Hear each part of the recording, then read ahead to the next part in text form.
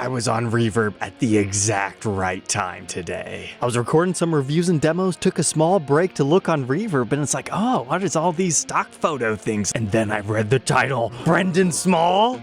From time to time, Reverb will partner with different artists and sell off some of their old gear. It's a cool collaborative thing that they can do. It frees the artist of gear that they're not using, gives fans the opportunity to give them a new life, and the Reverbs gets the free advertisings. Whether you know Brendon from Home Movies, Dethklok, Metalocalypse show, I am a huge fan of the song Thunder Horse, and a few others like the Death theme, and who can forget the Duncan Hills coffee jingle. Starting with number 1, an official Gibson Thunder Horse from the man himself. This thing lasted about 14 minutes. I saw it, I do want it, but $10,000, that's about a 2 times premium. But what really caught my attention on this one is the title, Composite Neck. So for those of you that don't know, the Thunder Horse is basically just a regular Explorer, but it has a silver burst finish, and they put binding on the top and the neck. It's not crazy like baritone, multi-scaled, or anything like that. But the song is iconic. These are very collectible today. However, there's actually at least 2 different variations on these that I know of. There's versions with real mother of pearl logos, and then there's versions with decals.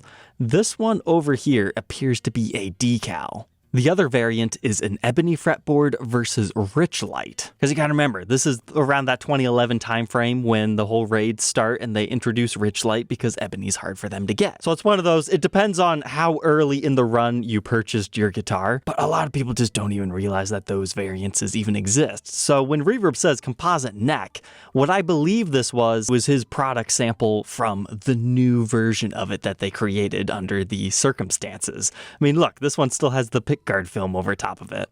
If this was the prototype Thunder Horse, yeah, I definitely would have dropped down $10K for that. That would have been a dream piece. However, unfortunately, in mid-2022, it was stolen, as well as a whole bunch of other gear, which unfortunately, I never heard any news if any of this got recovered, which is really sad, because I would have flipped at the opportunity to own a Brendon Small buckethead, and I've always thought these 12-string neck-through SGs were a lot cooler once I knew that he had owned one. But moving right along, there was also the Epiphone Thunder Horse. It's really not that much more than they usually go for. As far as being special, I didn't necessarily notice anything. But that one went pretty quickly at $1,500. But if you're a big fan of his Home Movies, this Les Paul Burst, as they called it, is probably pretty exciting to you. It's another $10,000 one. But according to him in the Reverb listing, it's the Home Movies guitar. Almost everything on there was used by this, as well as some early Metalocalypse demos. So with them just calling it a Burst, somebody might think, oh, that 10 grand, that's a steal of a deal.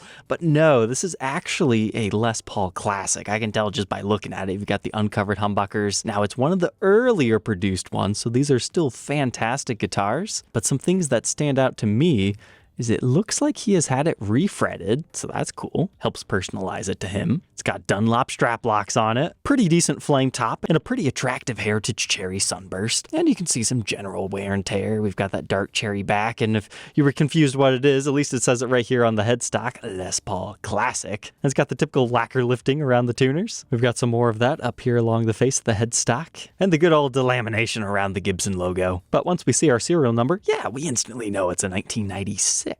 Our next one, you might think, what are they on? Crazy $4,000 for an Epiphone? Don't be quick to judge here, because this is not actually an official Epiphone model. It is a prototype. Apparently they made 2 of them. Appears to be a flat black finish. We've got Epi Active pickups. I've never heard of those. It's an interesting branding. We don't even have fresh strings on this thing. And check out how pointy the pickguard is. Then I think it's the Epiphone Goth series that utilized a similar logo that's just the outline. And look, are those the Steinberger gearless tuners? Sure enough. You know what? That is actually kind of cool. But here's a closer look at that whole inlay. You've got this little mouth here and some wings. Kind of like a blending of what you had on Dethklok, but with the Metalocalypse guy in the center. It's fun to look at this prototype now because you can see many of these things got brought over to the Ghost Horse, which was his last Epiphone collaboration that we did about 4 years ago. We can only hope one day that the Snow Horse does eventually exist.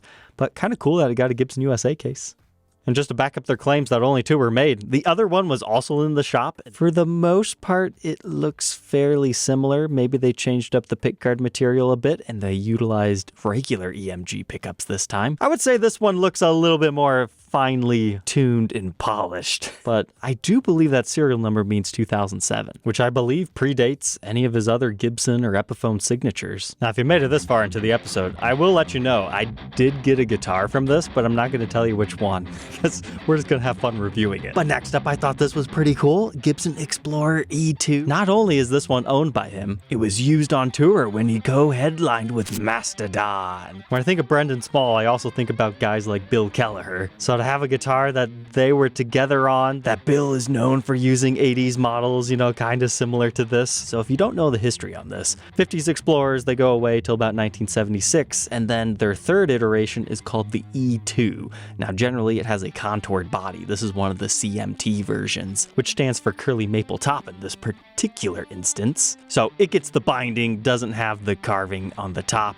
and you get to see all the beautiful wood grain. And as far as these go, this one has really nice figuring to it, but it was definitely heavily played. And I'm not sure if it's Brendon who did all the wear, or did he buy it like this? It's kind of hard to tell when it comes to talking about a true vintage instrument, but the listing was saying the pickups are likely replaced.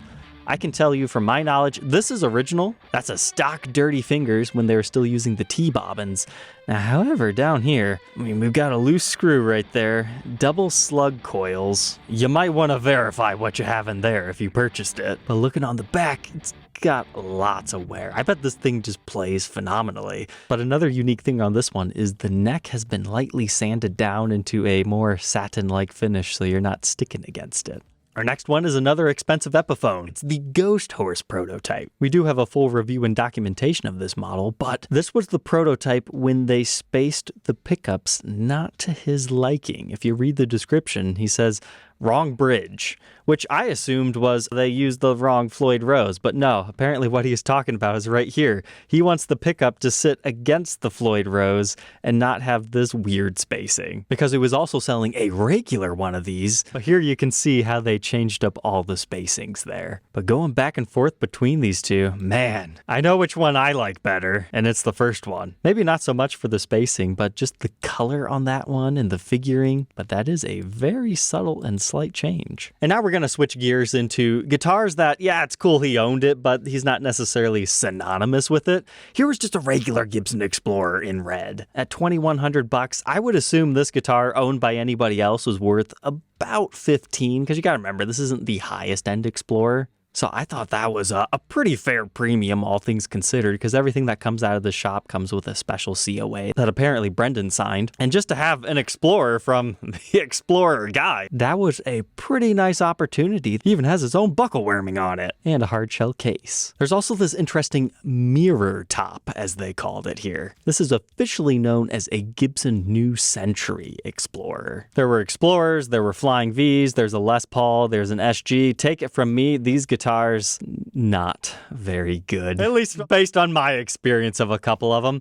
So what they do is they route out the top to inlay a mirrored pick guard. Sometimes you can also find a carbon fiber one. I think that was a Guitar of the Week series. But this one, it's very common for these things to crack. And when you remove it, you get to see all the routing. They're strange guitars. They're not worth paying crazy money for. I guess it kind of looks like a Silverburst Explorer, so it's got that going for it. But generally, you can buy these for about $1,500.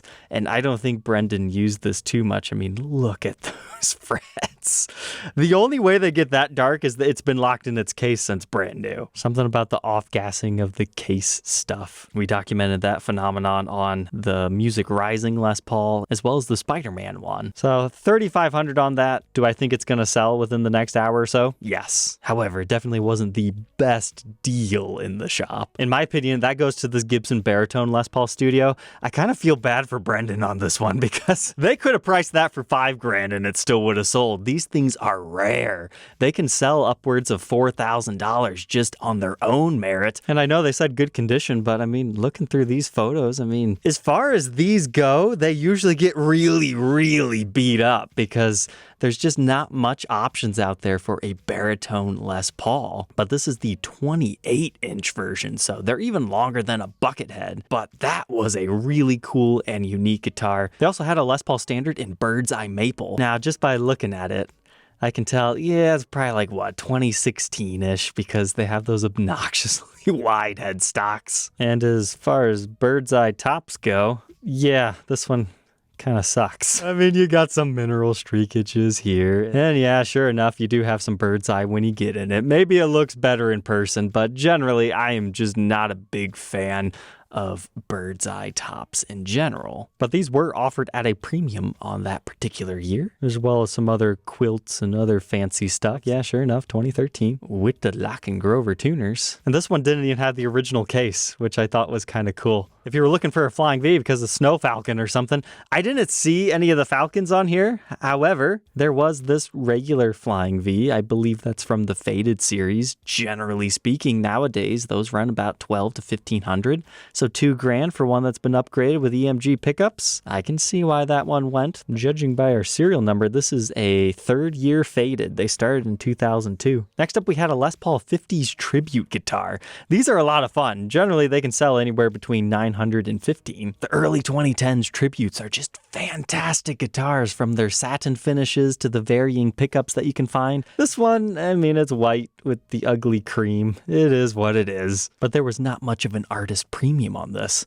Now, if you look closely, it looks like the finish has been worn through here. Maybe somebody had a set list taped to it or something. And then continuing on over here, we can see, all right, maybe they just straight up sanded it down, or that's just their arm rubbing against it. But then you've got some more over here and some yellowing going on. But as far as the headstock, everything's looking all right there. An ES-175. It's got some decent figuring all over. And I don't think that's too bad of a price for one of those, but generally I don't deal in them, but that is a 2010 produced version. There was also a Firebird. I'm curious, what version of a bird was this? This does look like a nice one. This one still has true neck-through construction. It's got the correct banjo-style tuners. Judging by our serial number, it's a 2006 model. But usually when guys like to buy artist-owned guitars, they want to see some of his own wear and tear to it. And look, he sanded down the neck on this one too. So if that's not evidence enough that it's been played, I don't know what is. I think they probably could have priced that one at $35 and it still would have went. And it even has documented use on one of the songs. There was also a Nashty Telly. When it comes to those, I'm pretty sure they're relic from the factory, so can't really tell how much he played that one, but it is kind of cool looking. And speaking of wide headstocks, he had one of the Gibson USA 61 reissue style SGs. In this particular point in Gibson's history, it was kind of confusing, because I do believe they actually called this model the 61 reissue, which made a lot of people think, oh, custom shop, cool, that's cheap. No, it was Gibson USA. And the reason I bring that up in my videos is it's because you're at a different level, production versus custom shop. That doesn't mean one or the other is bad. It's just important to differentiate between the two. This one just looks extra pointy up here in our horns. That's nice. But just like with that Les Paul, super wide headstock on those things. I'm glad they've since stopped doing that on the USAs, but there we go. 2006 for our serial number, but this one has also had that sand down the back of the neck process done. Even had a Stratocaster. They advertised it as Bird's Eye Koa. Now, I believe that they're talking about the neck being bird's eye and then maybe the top is a Koa veneer, because this is an import, which, don't get me wrong, these guitars can be phenomenal. I just always like the way that the headstock looks with just the shiny Fender logo. Looks like somebody's removed one of the additional string trees to give it a more USA appearance. But sure enough, it's got some bird's eye figuring. I believe that serial number might mean 2007, and okay, it is a Korean-made one and has a beautiful hardshell case. Carvings are cool. Here's a custom 8-string. I wonder if he personally ordered this, because carvings are like mainly custom orders, but not always. There are standard production runs of stuff, but I don't think I have a need for an 8-string, do I? But this one is from Galacticon 2 for Nightmare. Continuing on through the models, he also had a Les Paul Jr., but it's one of the Billy Joe Armstrong editions. Not gonna blame them. These things are fantastic. It was custom shop level feel and quality, but at Gibson USA pricing. I'm very curious though, does it still have the original case? It does. Nice. But here's another artist signature guitar. People have been begging me to review one of these. What a perfect opportunity. Brian May signature, Brendon Small owned. Double artist situation going on here. If you're not familiar with Brian May, that is the guy who played guitar for Queen. And this is his very famous Red Special. If I remember correctly, he and his dad built the guitar, and now they're making replicas, and they have made replicas under various different companies. I am not exactly sure where this one particularly falls, but hey, it's got a 0 fret nut, and maybe someone in the comments section can fill us in. But interesting pickups. Can't wait to hear how those sound. Also have a little bit of Paul Stanley with the Iceman. Usually when I think about these shapes of Ibanez, I also think about Paul Gilbert, but I think he's more of a fireman guy, not sure. However, not quite sure what happened to this guitar. I mean, not only is it dusty like a barn find, but give me back to that fretboard. What did he do? Did he take the frets out of this? Yeah, that must be. The frets are gone, and then this is like a leveling compound. I was wondering what that dirt was.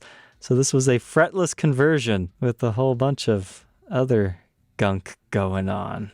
All right. It's sold, so it must have an interesting history. All right. Converted fretless, confirmed. Used on the...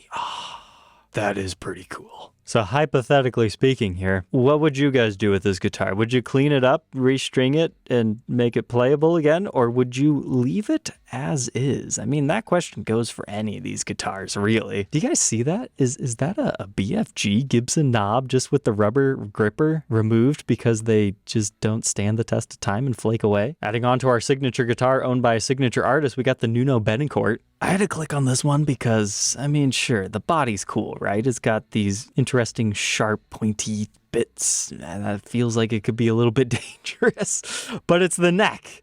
The neck, that is one of them crazy Eddie Van Halen super bird's-eyed neck, but I've never actually seen one of these. It's the back that made me go, what? The neck is like, it just juts out right there, and then it's swooped away, and then it looks like we've got something. Oh. Wow, that is fascinating. I've never seen anybody do a bolt-on neck like that. So normally you've got this little square here and then you have limited resources in order to sculpt it away.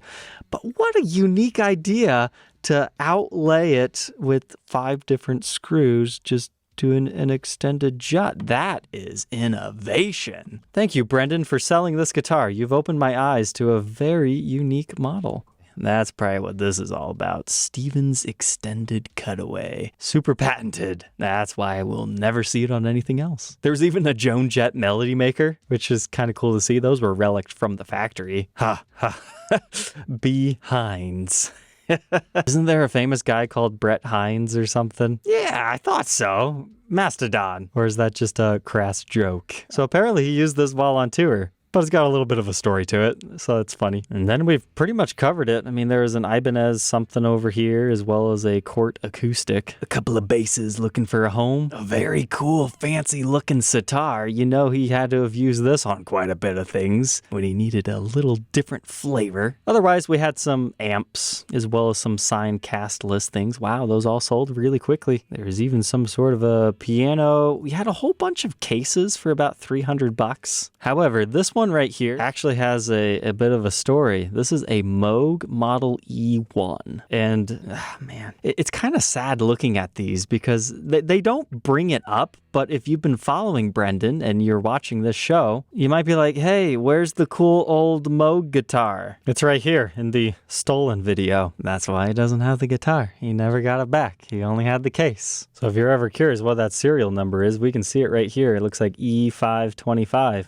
I wonder if they're watching who buys this case because it's like, well, there's probably only 1 or 2 guys that actually needs this. But the fact that it has the COA and some of these other cases also have various case candies, I just feel so bad about that situation. I'm actually going to buy this case because I just hate thieves. And that's my way of giving back to him. I'm sure I'll find something to put in it. Or who knows, maybe I'll find the stolen guitar one day and can reunite it. If anybody wants a no questions asked situation, feel free to reach out. That makes me wonder, do you guys think one of these cases is actually the Buckethead case? Because if so, I think that's worth $350. This one looks regular size to me. Our next one is a little bit more clean. It said / Les Paul. Because if he's selling the cases, I'm pretty sure he just doesn't think he's going to get these back. Now, that's not the case on all of these, but maybe he just had some spares or sold the guitar without the case.